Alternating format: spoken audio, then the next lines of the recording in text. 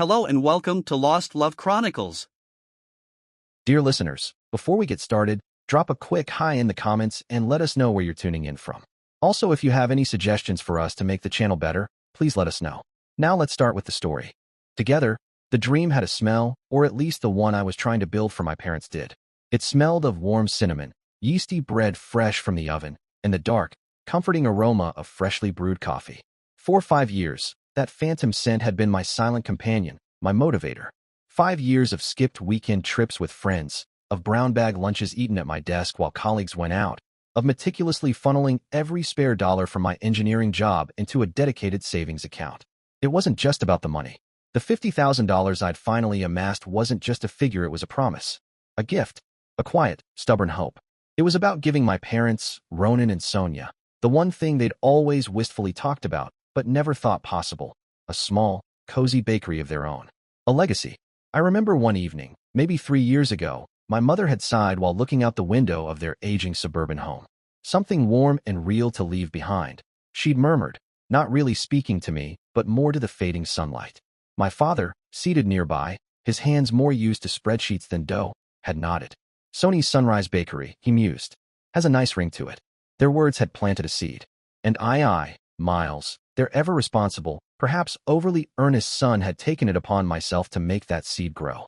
It wasn't just a whim.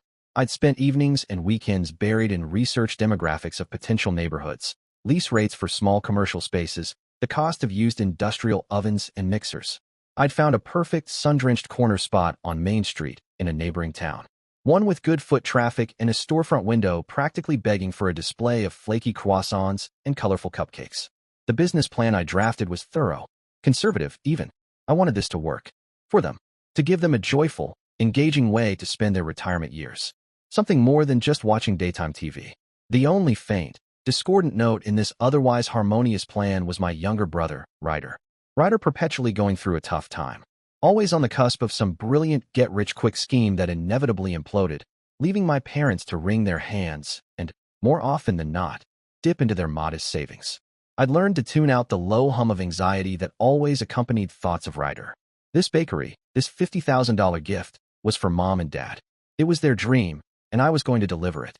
A quiet pride swelled in my chest whenever I thought about it. I was the fixer, the reliable one, and this felt like the ultimate fix, a truly positive, lasting contribution. The final step was the paperwork. I'd opened a new joint checking account, depositing the full $50,000 into it. I was a signator alongside them, but the funds were clearly earmarked a gift for the bakery startup. The lease application for the Main Street spot was filled out, just needing their signatures and the initial deposit. I had it all in a neat manila folder, ready for our meeting that Sunday afternoon. But the preceding week, my phone calls with them had been off. Mom's voice, usually warm and effusive when discussing the bakery, had a strained, slightly too bright quality. "Oh, Miles, dear, we're so excited to see you Sunday," she chirped. But when I tried to confirm some details about the equipment supplier I'd found, she quickly changed the subject. "Ryder's having a bit of a rough patch again," she said, her voice dipping, before bouncing back up. "The leaves are just stunning this year, aren't they?" Dad was even more evasive, brushing off specifics with a gruff, "We'll talk when you get here, son." A small, cold knot of unease had begun to form in my stomach. I tried to push it away, focus on the image of their faces when I laid out the final plans, the joy I hoped would break across their expressions. I even bought a bottle of their favorite Martinelli's sparkling cider, the fancy kind to celebrate. Then, Saturday evening, a text from Ryder lit up my phone. "Heard you're coming over tomorrow. Big news, huh?" The winking emoji fell off, almost mocking. I stared at it for a long moment, the cold knot tightening. Ryder rarely expressed interest in anything I did, let alone with a hint of smugness. I shook my head, telling myself I was overthinking it. This wasn't about him. This was about Mom and Dad. Sunday arrived, a crisp, bright autumn day. As I drove to my parents' house, the one I'd grown up in, a wave of nostalgia washed over me. The familiar squeak of the porch swing as a breeze caught it. The vibrant reds and yellows of the maple tree Dad had planted when I was 10. The slightly faded paint on the shutters caught my eye as I approached. It was a house of memories, of scraped knees and birthday cakes, of unspoken anxieties and quiet sacrifices. Today, I hoped it would be a house of pure joy. But the moment I stepped inside, I knew something was wrong. The warmth I expected felt absent. The air was thick, heavy with unspoken tension.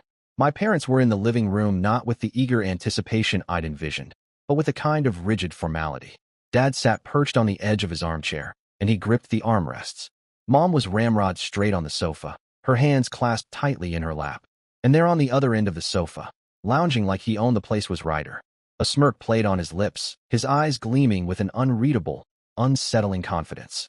The bottle of sparkling cider I placed on the coffee table beside a haphazard stack of old magazines suddenly looked ridiculous, like a child's offering at a funeral. "Hi," I said, my voice sounding unnaturally loud in the silence. I tried to summon my smile. "So, I have all the paperwork for the bakery. The account is ready, and the lease application for that spot on Main Street." I held up the manila folder, my smile feeling like a badly fitting mask. Mom wrung her hands, her gaze darting between me, Dad, and Ryder. "Miles, dear," she began, her voice trembling slightly. We need to talk." Dad cleared his throat, a dry, rasping sound. He wasn't looking at me. He stared somewhere over my left shoulder. "Son," he said, voice flat, "there's been a change of plans with the money." The cold knot in my stomach solidified into a block of ice. My smile dissolved.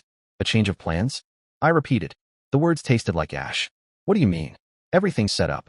Across the room, Ryder's smirk widened. He looked like a cat who'd not only cornered the canary but had already feasted on it.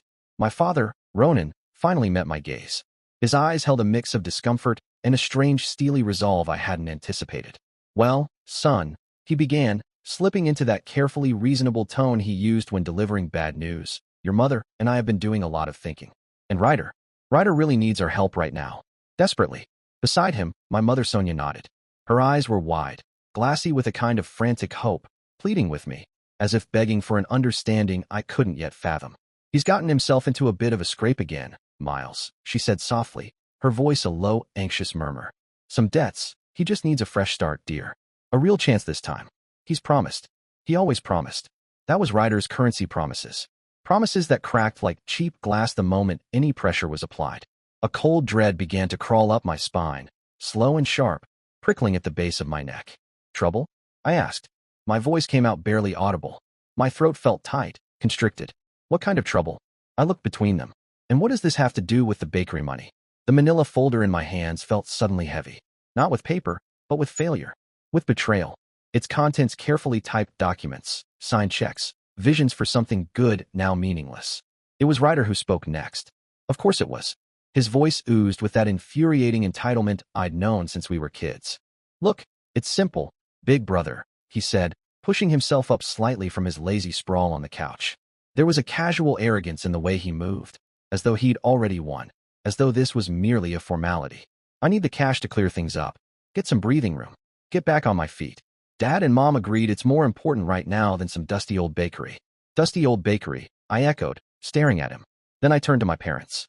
Disbelief warred with a dawning, sickening comprehension.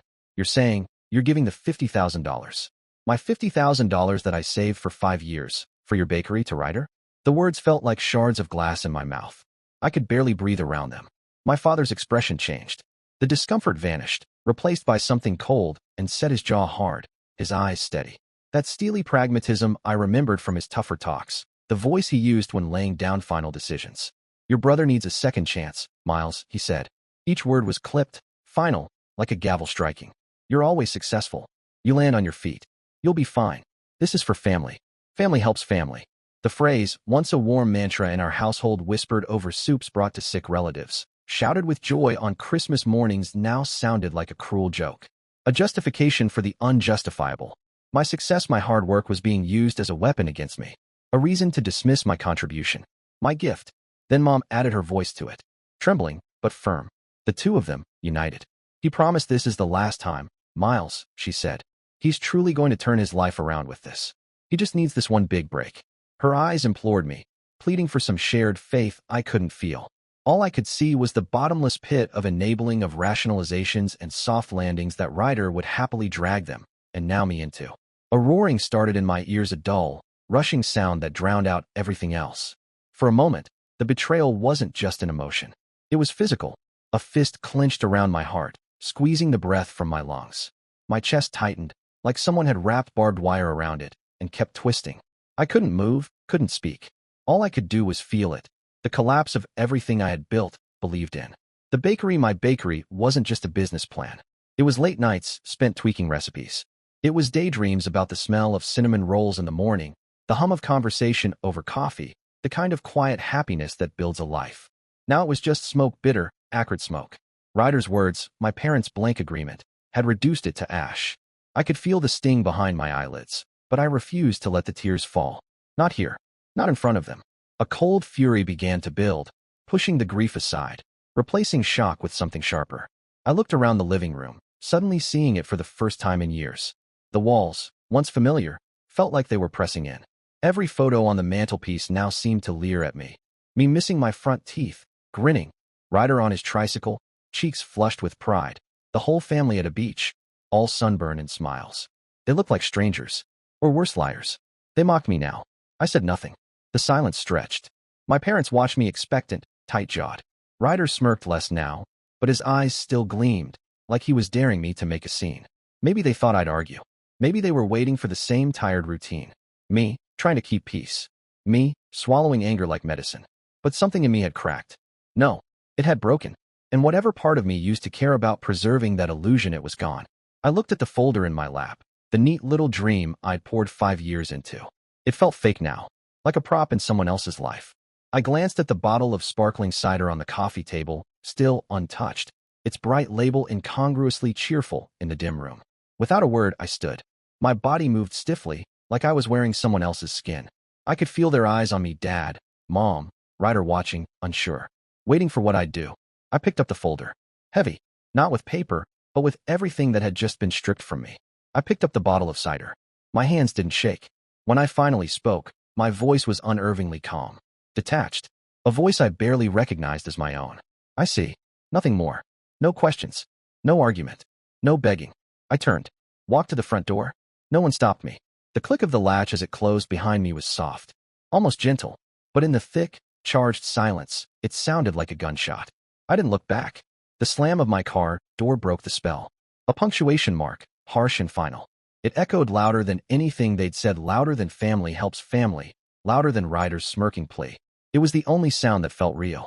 I didn't drive away right away. Instead, I pulled over a few houses down, just far enough that they wouldn't see me through the front windows, wouldn't come running out with weak apologies, or worse, more rationalizations. My breath came in shallow gasps, sharp and quick, as if I'd just surfaced from deep underwater. I didn't realize I was shaking until the tremors rattled the keys in the ignition.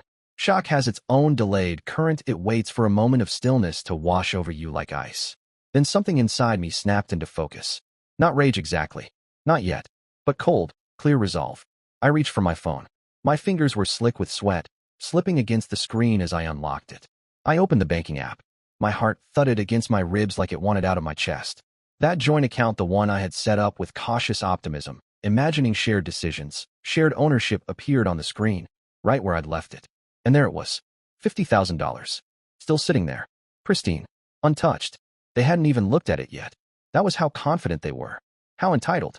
They believed it was already theirs. I stared at the number. It looked foreign now, like a lie I'd told myself. With fingers steadier than I expected, I tapped through the prompts. Transferred every cent.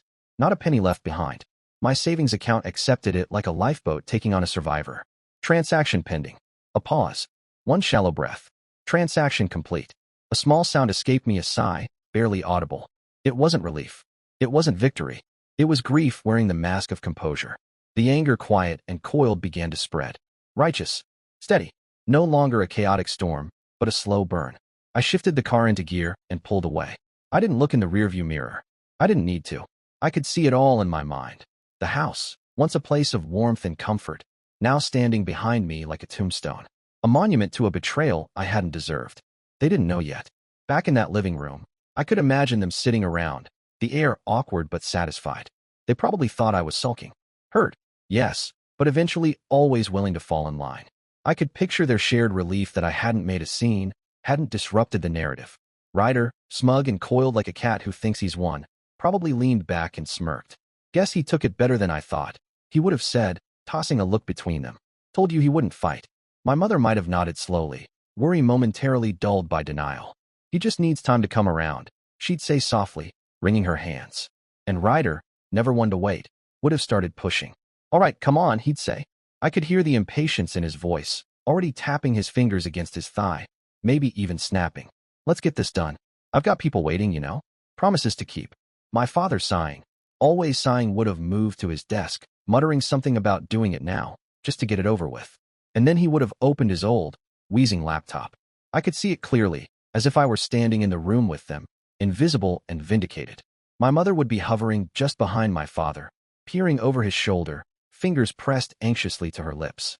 There'd be a nervous flutter in her chest, that same breathless tightness she always got when things started to spin out of control. Then Ronan no, Dad would squint at the screen. I knew the look. Mouth tightening, jaw shifting like he might chew on the problem itself. That's odd, he'd murmur, leaning in, his glasses slipping down the bridge of his nose. He'd adjust them with the same middle finger he used to wag at us when we were kids. Sonia, Mom sharp as ever when fear took hold, would snap, 0? What do you mean 0? She'd say it with that forced, rising pitch, as if volume would change the numbers on the screen. Dad would fumble with the mouse, clicking through transaction history. And then I imagined it hit him, like it hit me when they said Ryder would be getting the money. The color would drain from his face. He took it back. He'd whisper, barely audible. Miles, he took all the money back. Silence for a second. That awful, vacuum silence. Then, Ryder's voice, rising to a shriek. He what? I could almost hear it, his disbelief curdling into rage. A high-pitched, breaking fury. That ungrateful, selfish scumsucker.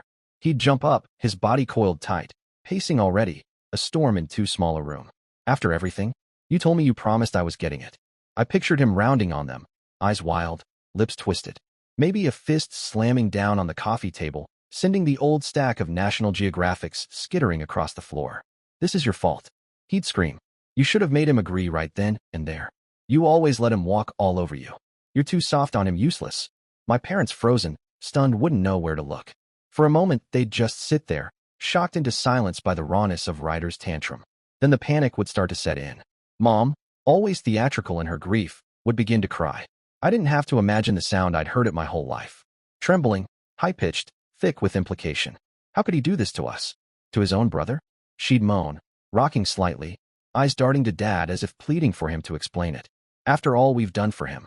Dad would be pale, caught somewhere between impotent anger and a deeper, crawling fear. Not for me. Not even for Ryder. But for the people Ryder had mentioned, those vague friends or investors who sounded a little too much like loan sharks. His mind would be racing. Not just about Ryder's future, but their own. The lie, the bakery, the business, the fresh start would be gone, disintegrated. All that would be left was the reality they had ignored. The truth I had felt brewing beneath every one of Ryder's slick reassurances. Debts. Shadows. Threats. And now? Now they were left holding the bag. Ryder's voice would rise again, frantic and cracked. Do you even know what they'll do to me? They said this week, Dad. You said it'd be handled. The perfect little fiction of our family, happy smiles on Christmas cards, polite birthday calls, yearly vacations shattered. The pieces, sharp and accusing, turned inward now. By the time I reached my apartment, the sun was almost down. I parked in the lot behind the building, sat there for a while, listening to the faint ticking of the cooling engine, and then went inside. I had just dropped my keys on the counter when my phone buzzed. Dad flashed across the screen. I stared at it, the name almost unreal now, a label that no longer meant what it used to. My thumb hovered over the answer button. The phone buzzed again, insistent. And then, slowly, deliberately, I let it go to voicemail. A moment later, it buzzed again. Mom. I didn't even hesitate this time. I did the same, let it ring out and go to voicemail. Then came the flood. First was Dad. His voice came through the speaker, clipped and low, the fury barely concealed. Miles, you need to explain yourself. Now. What the hell is going on? A pause, a shuffle of breath like he was trying to rein himself in. This isn't just some childish stunt. You need to fix this. Fix this mess you've made. By the end of the message, that anger had cracked into something wearier, thinner. We're in a real bind here. You don't understand the position you've put us in. Please, Miles. Just call us back. Then came Mom. Her voice, wet with tears, though even now, I could hear the rehearsed tremble beneath it. The tone she always slipped into when she needed something. The tone designed to make me feel small. I don't understand how you could be so cruel, Miles. You've torn this family apart. A sniffle. Ryder is devastated. Absolutely terrified. And your father, he's trying to hold everything together, but I don't know how much more we can take. How could you do this? After everything? How could you be so heartless? Each message was like a pinprick, tiny sharp jabs that might once have broken skin. But not now. Not anymore. The wound left by their betrayal, the casual way they had offered my money to cover Ryder's mess, without even asking, was too vast, too deep. I didn't even bleed from these anymore. I stared at my phone for a moment, then typed out a message and sent it to both of them. The money was for the bakery. Since there is no bakery, the money is back with me. This is not up for discussion. Then I blocked their numbers. Both. I needed the silence. I needed space. Some sliver of peace to let the chaos settle. A moment to breathe and absorb the reality of what I'd just done, what they'd done. And then I made the first call I needed to make. Scarlett, I said the moment she picked up. Hey, Miles. You okay? No, I said honestly. And then, like a dam had broken, the whole story came rushing out of me, every detail, from the fake bakery to the way they'd manipulated me, to the way Ryder had erupted when he found out I'd reclaimed the money. My voice cracked more than once, no matter how tightly I tried to hold it together. Scarlett, my oldest friend, the one who never let me sugarcoat things, listened without interruption. When I finally stopped talking, there was a long silence. Then, flatly, good for you. What? Good for you, Miles. Finally. My God. They've been taking advantage of your good nature for years. That brother of yours and your parents? They just let him. Every time. So what are you going to do now? Her words hit me like a bomb. Clear, calm, unsentimental. The voice of sanity amid the wreckage. I didn't know what I was going to do. Not yet, but at least someone saw the truth. At least one person didn't make me feel crazy. Still, even with Scarlett's voice echoing in my head, that night was brutal. Alone in my apartment, the light low, the silence too sharp, it all came crashing down. The magnitude of what had happened, the rupture in the ground beneath me, the knowledge that my family had lied, manipulated, and turned on me when I refused to play along, that they had chosen Ryder again over doing what was right. This was rock bottom. The next morning, my phone rang. It was Aunt Patricia. I hesitated, then answered. I hadn't blocked her. Miles. Her voice was low, worried. Sweetheart, I don't know what's going on, but I just got off the phone with Sonia. She was, well, hysterical. I didn't say anything. She told me that, she said you promised Ryder a large sum of money, that he was in some kind of terrible trouble, and at the last minute you cruelly snatched it away, leaving him in serious danger. She said. Patricia hesitated, her voice dipping even lower, like she hated to say it. She said you were always difficult. Ungrateful. The words hit me like a physical blow. They weren't just angry, they were actively trying to destroy my reputation, twisting the narrative to paint me as the villain, themselves and Ryder as the victims. My chest tightened, as if someone had wrapped barbed wire around my lungs. A wave of nausea washed over me. I stared at the family photo on my nightstand, a relic from a happier, or perhaps just more oblivious time, and felt a profound sense of isolation settle in. Was I the bad guy? Was I being unreasonable? The carefully constructed walls of their family unit had closed ranks, and I was on the outside, shivering in the cold. The house I'd grown up in. Every memory suddenly felt foreign, every smiling photo, every accusation. Then that evening, my phone rang. The number was unfamiliar. I almost let it go to voicemail, but some instinct made me answer. Miles, her voice was raw, hysterical, almost unrecognizable. Miles, you have to help him. No, Mom, I said firmly. I told you no. You listen, she shrieked, the panic spilling out in a torrent. We already promised them the people Ryder owes. We promised them he'd have it by tomorrow. Your father even gave his word, Miles. Based on your $50,000. He told them it was as good as in Ryder's account before you even came over to sign those bakery papers. We thought you'd understand. We thought you'd just agree. You have to give it back. I stood frozen, the phone pressed hard against my ear. The air in my apartment seemed to grow colder, thinner. Before I even came over to sign those bakery papers, they hadn't just diverted the funds, they had preemptively committed my money, my life savings, based on a grotesque assumption of my compliance. The entire Sunday meeting, their feigned interest in the bakery, their talk of a change of plans, it had all been an elaborate, contemptible charade. The betrayal wasn't just a spur-of-the-moment decision. It was premeditated, calculated. My stomach churned. Mom, I said, my voice dangerously quiet. Did you hear what you just said? There was a choked sob on the other end. Then a click. She'd hung up. I sank onto my sofa, the phone slipping from my numb fingers. A cold, terrible clarity began to form amidst the wreckage of my emotions. This was so much worse than I'd imagined. I immediately called Scarlett, my voice shaking as I recounted what my mother had just blurted out. Oh, Miles, she breathed, her voice filled with a mixture of pity and outrage. This is beyond just family drama now. They fraudulently committed your funds. You need to document every single thing. Every call, every text, every cent. What else have they been hiding from me all these years? I interrupted, the question hanging in the air, ominous and heavy. What else, indeed, Scarlett replied grimly. Fueled by a new, chilling anger and Scarlett's pragmatic guidance, I began to dig. I pulled out old boxes of bank statements I'd kept for tax purposes, scrolled through archived emails on my laptop, forced myself to sift through memories I'd long suppressed or minimized. It was like picking at a scab, knowing it would bleed but needing to see the extent of the wound. The pattern that emerged was sickening. There was the $5,000 loan to Ryder supposedly for a coding boot camp he never attended. An email from Mom, full of praise for my generosity. Then the $3,000 for emergency car repairs after Ryder had been caught street racing a hasty withdrawal from my savings that Dad had guaranteed would be repaid. And then the big one, the one that made my blood run cold. My college fund bonds. I'd always assumed a small portion had been used for tuition, the rest reinvested as my parents had told me. But sifting through ancient emails, I found it a carefully worded message from my mother from nearly 15 years ago. She'd borrowed her word a substantial 5-figure sum from those bonds to cover one of Ryder's earliest significant gambling debts. She'd filled the email with manipulative platitudes. "You're such a good son, Miles. Always so understanding. We'll pay it back with interest, of course. This is just a temporary measure to help your brother get back on his feet." The repayment, of course, never materialized. The interest was a cruel fiction. They had actively lied to me about it for years, telling me it was growing in a secure investment. My own future casually plundered for my perpetually failing brother. The total, including the $50,000, was staggering. They hadn't just enabled Ryder, they had systematically drained me. Just as I was staring at that damning old email, my screen heavy with the weight of its implications, Aunt Patricia called again. Her voice was hesitant, laced with guilt. "Miles," she said softly, "I have to tell you something else. I feel terrible. Ronan and Sonia, they knew Ryder was in deep with loan sharks for weeks before you even mentioned the bakery money. They were frantic. I overheard them talking. They were specifically discussing how your offer for the bakery was Ryder's only way out. How they could convince you the money was for their dream when really it was always meant for Ryder's debts from the get-go."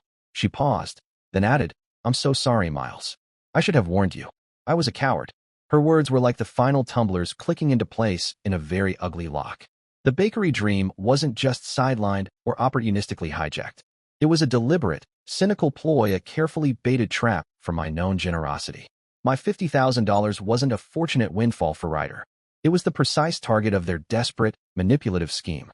The depth of their deception was breathtaking. Armed with this arsenal of chilling truths, my mother's unwitting admission, the concrete evidence of the depleted college fund, the long list of past loans, and Aunt Patricia's corroborating testimony, I knew what I had to do. The thought of a confrontation filled me with a mixture of dread and a grim, steely resolve. Scarlett, ever loyal, insisted on being there. Mr. Chun, the lawyer Scarlett had referred me to after my mother's hysterical call, had already drafted and sent a formal cease and desist letter to my parents regarding any further harassment, affirming my legal right to my retrieved funds. He advised that one final clear statement of my position, in person with a witness, might be the cleanest way to sever this toxic financial entanglement. I agreed to meet them, but on my terms. A small, neutral meeting room at a local community center. Not my apartment, and certainly not their house, which now felt like enemy territory. They arrived together, Ronan, Sonia, and Ryder. My father's face was a mask of grim displeasure. My mother looked pale and drawn, her eyes red-rimmed, darting nervously around the sterile room. Ryder slouched in his chair, radiating a belligerent, resentful energy that filled the room like a storm cloud. They probably thought they could still bully or guilt-trip me into submission. They had no idea what I now knew. Scarlett sat beside me, a quiet pillar of support, her notepad and pen ready. "Miles," my father began, his voice low and growly, "this has gone far enough. You are tearing this family apart over money." I let the accusation hang in the air for a moment, then met his gaze, my own steady and cold. "No, Dad," I said, my voice surprisingly firm, devoid of the tremor I felt inside. "You, Mom." I nodded toward them both, "and Ryder tore this family apart long before today. This isn't just about the $50,000. I paused, then began to lay it all out, piece by damning piece. "Mom, on Tuesday evening you called me, and you admitted that you and Dad had already promised my $50,000 to Ryder's creditors before I even came over on Sunday. You admitted the bakery discussion was a charade." Sonia gasped, her hand flying to her mouth. Ronan shot her a furious glare, but I continued, my gaze unwavering. "There's the matter of my college fund." I slid a printed copy of the old email across the table. "This email from 15 years ago details how you borrowed a significant sum for Ryder's debts, money you told me was safely invested and growing. It was never repaid." I then produced a concise list of the other loans' dates and amounts clearly itemized. This bakery idea wasn't a dream you cherished. It was a lie, a calculated scheme to get $50,000 from me to bail Ryder out yet again. My father started to bluster, his face flushing a dark red. How dare you? How dare you accuse your mother and me? So what if they did? Ryder suddenly snarled, leaping to his feet, his voice cracking with desperate, entitled rage. It's just money. You always had it easy, Miles. You always had more than enough. It's not fair that you have so much and I have nothing. His outburst, his shocking admission hung in the sterile air of the meeting room. Scarlett's pen scratched quietly on her notepad. My mother was openly weeping now, silent tears streaming down her face. My father looked utterly defeated, the fight draining out of him as he stared at his younger son. I looked at Ryder, then back at my parents, a profound, sorrowful clarity washing over me. It was my money, Ryder, I said, my voice quiet but heavy, carrying years of resentment earned through my work, my sacrifices, and this family's betrayals. I shifted my gaze to Mom and Dad. The bank of Miles, I stated each word deliberately, is permanently closed. I slid copies of the documented loans and the college fund email across the table toward them. We have nothing further to discuss. The silence that followed my declaration was heavy, suffocating. Ryder's face contorted into a mask of impotent fury. He let out a string of curses and stormed out of the room, slamming the door so hard the walls seemed to vibrate. Good riddance. His departure felt like a pressure valve being released, though the atmosphere remained thick with unspoken recriminations and the wreckage of what used to be our family. My father, Ronan, who had always seemed so imposing, so in control, now looked small and deflated. He stared at the papers on the table, the evidence of their long deception, as if seeing them for the first time. He didn't meet my eyes. My mother, Sonia, was still weeping, but her sobs were quieter now, a mournful, defeated sound. There was no apology, no flicker of remorse in their expressions. Only the dull shock of exposure, perhaps a dawning understanding of the finality of my words. Or maybe it was just self-pity. At that point, I honestly didn't care to distinguish. Scarlett quietly gathered her notes. I stood up. I think we're done here, I said, my voice devoid of anger now, just a profound weariness. I didn't wait for a response. Scarlett and I walked out, leaving them amidst the ruins of their own making. As we stepped out into the afternoon sun, I took a deep breath. The air felt cleaner, lighter, despite the hollowness in my chest. The fight, the one I hadn't even known I was in for so many years, was finally over. I had drawn my line, not in sand, but in solid stone. Later that day, a text message from Aunt Patricia appeared on my phone. Heard you stood your ground. Takes more courage than you know. Some truths are hard, but necessary. I'm proud of you, Miles. Her words were a small comfort, a reminder that not all family connections were built on lies. In the weeks and months that followed, I maintained a strict no-contact policy. It was hard. There were moments, especially late at night, when a pang of something akin to guilt, or perhaps just old habit, would surface. But then I'd remember the calculated betrayal, the years of being a convenient resource, and the feeling would harden back into resolve. I started therapy, something I probably should have done years ago, unpacking decades of family dynamics, of being the responsible one, the good son who was expected to absorb every shock and fill every gap. Was painful, but incredibly liberating. And the $50,000? It sat in my savings account, a symbol of my reclaimed independence. After much thought, I decided to invest a portion of it wisely for my own future. With another part, I booked a trip I'd always dreamed of but had continually postponed, a hiking expedition through Patagonia.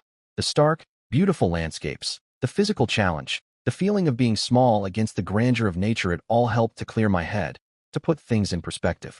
I even used a small amount to enroll in an advanced course related to my engineering field, something I'd put off because I was always saving for something else.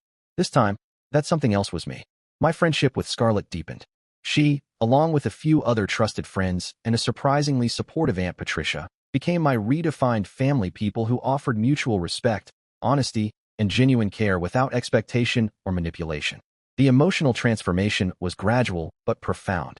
The initial hurt and raw betrayal slowly gave way to a righteous anger, which then fueled a determined, strategic resolve. That resolve, once acted upon, eventually led to a sense of peace, a quiet strength I hadn't known I possessed. I mourned the idealized family I thought I'd lost, the one I desperately tried to hold together. But in its place, I began to embrace the healthier, more authentic life I was building for myself. I realized my self-worth wasn't tied to their approval or my role as the family savior. It was inherent. Through Aunt Patricia, I heard snippets of news about my parents, and Ryder always relayed with a kind of gentle reluctance on her part. Ryder predictably faced severe repercussions for his debts once my financial tap was definitively turned off. There were no more bailouts. Aunt Patricia told me my parents were struggling both financially and emotionally. Their relationship was strained, burdened by the full, unmitigated weight of Ryder's problems and their own complicity in the mess. Their carefully maintained social standing in our small community also took a hit. Truth, even when whispered, has a way of seeping out, and people, especially in close-knit circles, can piece things together. Aunt Patricia mentioned that some old family friends were keeping their distance from my parents. I felt no gloating when I heard this. No sense of vindictive pleasure, just a sad, quiet acknowledgement that these were the natural, inevitable consequences of their choices and actions. Years have passed now. I'm thriving. My career has advanced, and I'm in a healthy, loving relationship with a wonderful woman who respects my boundaries as much as I respect hers. I found a deep sense of peace. The bakery dream, that once potent symbol of my filial devotion, is now just a distant, bittersweet memory. It reminds me not of failure, but of a crucial lesson learned. You cannot force others to live up to your ideals of them, nor can you sacrifice your own well-being on the altar of their dysfunction. All you can control are your own choices, your own actions, and your own path to healing. The $50,000 was, in the end, the price of my freedom, the tuition for an invaluable education in self-respect and the true meaning of family. It was a steep price, paid in heartache and disillusionment, but the return on that investment, my peace, my autonomy, my authentic self, has been immeasurable.